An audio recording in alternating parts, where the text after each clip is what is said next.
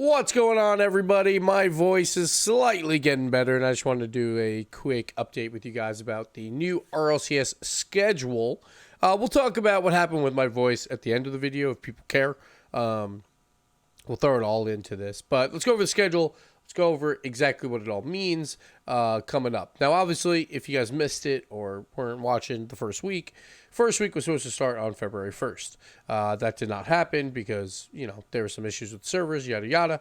So everything got pushed back a week. So instead of adding a week at the end, who knows the exact reason behind that? Maybe production can't do it, NG or Psionics or anyone, who knows?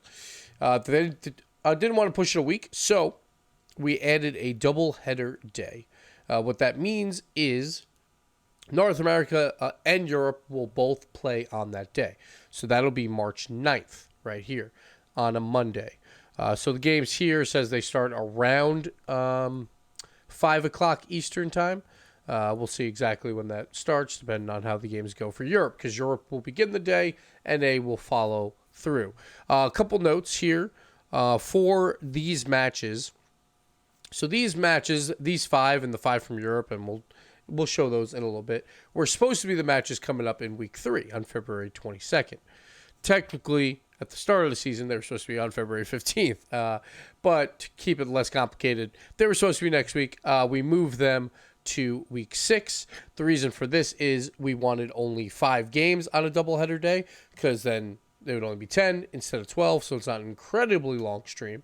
The other reason is we couldn't really move any of the other games to be like, all right, we'll just leave week 6 here in week 3 and just like move one of the games from the old week 4 over to it, because then you get into like an awkward situation where you'll have some teams possibly playing 3 times if you move them over to the other day, or you have teams not playing at all. It was just kind of awkward.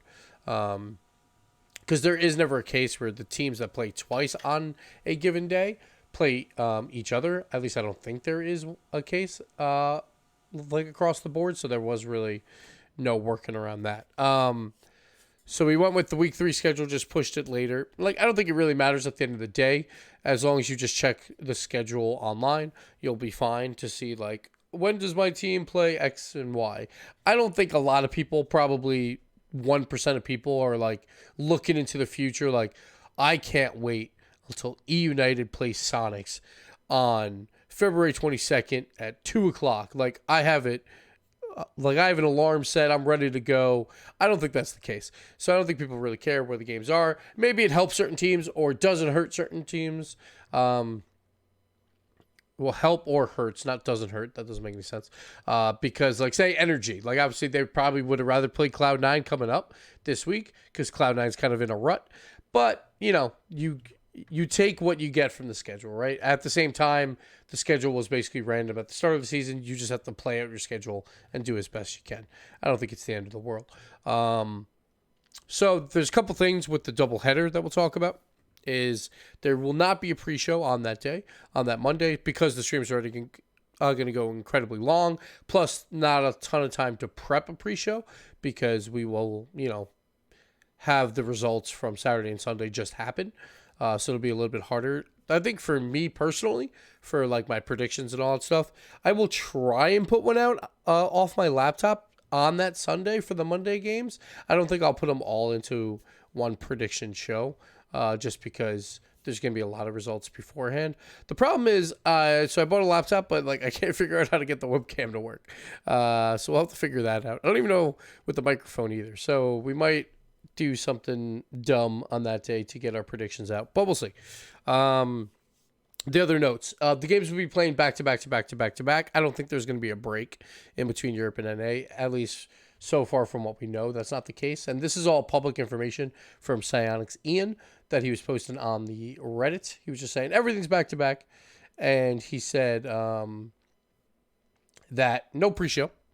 So you guys know that. Because again, would we have one pre-show at the start of the day? There's so much information. It'd be about 20 teams that it's not really worth as well. And also because the show should be going about 8 hours. They don't want to keep us any longer to keep us fresh. But yeah, that's pretty much it. It's going to be a long day, but it's going to be a fun day. We'll get to see all 20 teams in the RLCS for the first time ever on the same day. So that should be really fun. But yeah, so that's where the doubleheader is, week 6. And then every other week is exactly the same. So like what was week 4 is now week 3. What was week 5 is now week 4. It's all exactly the same after that. So nothing else is out of order. It's just we just kind of copied, or we cut out week 3 and put it into week 6 and just moved everything else around. So there you have it. Let's go over to Europe schedule so you can see what games are on that doubleheader day for that. But I think for the most part, it's going to be a lot of snappy games, hopefully, barring any setbacks. Probably really quick segments, just trying to get through the day because we know it's a lot of games, right? So we'll try our best. But again, we will start with Europe at our normal time at 9 a.m. Pacific time or 12 Eastern.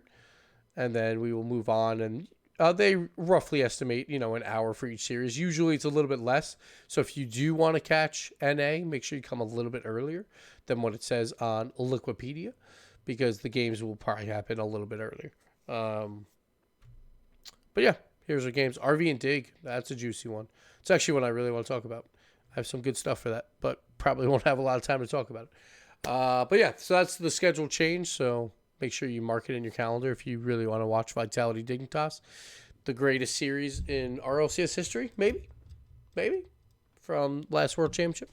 But on that, we're going to talk about my voice and what happened this weekend to end off this video. So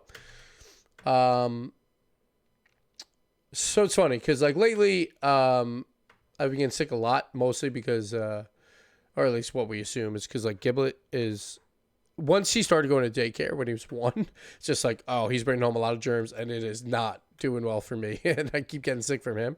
But it was funny because Friday night I fly in, and Friday night, oh my God, the flight. So I'm going to tell you a story real quick here. Why not, to end this video? So Friday was a stressful day. I called my Uber. I'm already running like a little bit late, but I'm not like incredibly worried. I'll still be able to make my flight. I have TSA pre-check. It'll be fine. It says he's about 10 minutes out, maybe even a little bit less. He takes like 15 minutes to get to me. But before he gets to me, he texts me. He's like, where are you going? I'm like, oh, I'm going to JFK. And, that's fine. Like, if they want to cancel, then that's fine. Like, if they don't want to go to JFK, completely understandable. He waits the 15 minutes after dropping off his other guest or whatever, and takes forever. Pulls right next to my house. And then cancels. And I'm like, you motherfucker. So instead, I have to call another Uber that takes a pretty long time to get to me. And now I'm like, oh crap, I'm running late. And then like the traffic's getting worse. And it's terrible. So I get there so I think I get dropped off 7 minutes before my doors close, maybe, like around there. I wasn't really looking at my phone at that point. I just had everything ready to go. Not before boarding starts, but 7 minutes before the doors close. So I have to ask everyone in the TSA pre-check line, like, hey, my flight's about to close. Can I please go? Yada, yada, yada. And everyone's very nice, and they let me through. And I feel like that's something you should always do for, like, the other people when that happens. Because obviously, as long as they don't do it every single time, then you're fine, Like, let them through. Sometimes shit happens, right? So I get through. I sprint to my gate. Of course, it's like the furthest gate away. And I'm like, oh, God, I was so annoyed. So I'm sprinting there. And I finally get on the flight. I'm like, all right, good to go. I made it by 1 minute, I think it was. I think it was 1 minute until the doors closed. So get on the flight. Everything's good. I have to check my bag because it was a carry-on, but I was the last one on the flight, so there's no room. Of course, the one time JetBlue has to put my bag underneath, they break my bag. I'm like, great. So now the wheel's broken. So I was like, that's lovely. Anyway, so I was feeling fine on Friday. I go to sleep. I wake up on Saturday morning after a pretty good rest. That's probably the only night I usually get good sleep in the entire week, because of the babies and stuff here. So it's always like the daycare infections and then the lack of sleep because having 2 kids. So I wake up and I'm like, oh, I have this like bad head cold. That kind of sucks, just out of nowhere. I'm like, whatever, I'll live. So we do the show Saturday. Everything's fine. My voice isn't bad or anything like that. I don't like talk to anyone for the rest of the day because I just go back to my room, you know, take some notes down, play some Satisfactory, pretty good game. Wake up Sunday morning, I'm like, oh, no voice. No voice whatsoever, basically. So I'm like trying to warm it up throughout the day, throughout the morning, getting some tea in it and stuff. And like, I was probably talking like this, how it's like raspy, but usable for a broadcast. But I wasn't trying to project.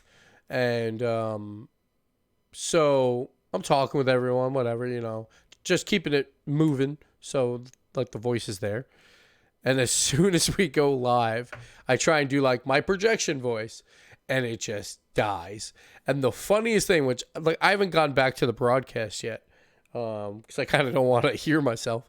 But the funniest thing was as soon as I talked, I'm looking at Achieves and Leaf and you can just see their faces. It was priceless. Like even Achieves is like he puts his hand on his face and just like, shit. Like now we're in for it. And Leaf's just like, oh, that's what that voice is going to be for the rest of this pre-show. So that was fun. Way Funk and Achieves really hung in there and took a little bit extra beating on the pre-show because I couldn't talk very often. I was trying to make my points short and concise when I needed to and trying to at least give them a little bit of a break from going back and forth. I couldn't really fight for my bold predictions or fight against the other ones because, you know, there was no voice. But that's okay. I felt really bad, though, because, you know, it just looks bad on the show. But I was not expecting my voice to do that. But, yes, that's it. Schedule change. There it is. And my voice died. It should be fine by the time we have to work once again. It's already feeling pretty better. Another day or so, and it should be fine. But we're putting this video out. We'll do the recaps a little bit later this week just because trying to save the voice. And so it'll sound a little bit better for you guys. So we'll have the recaps probably Thursday and Friday. Maybe I do them tonight. So then for Wednesday and Friday or something to space them out. But we'll see. We'll see. But thank you guys for watching. And we'll see you next weekend for Rlcs. Hopefully I'm not Batman. Where's Rachel? Where is she? All right, guys. Later.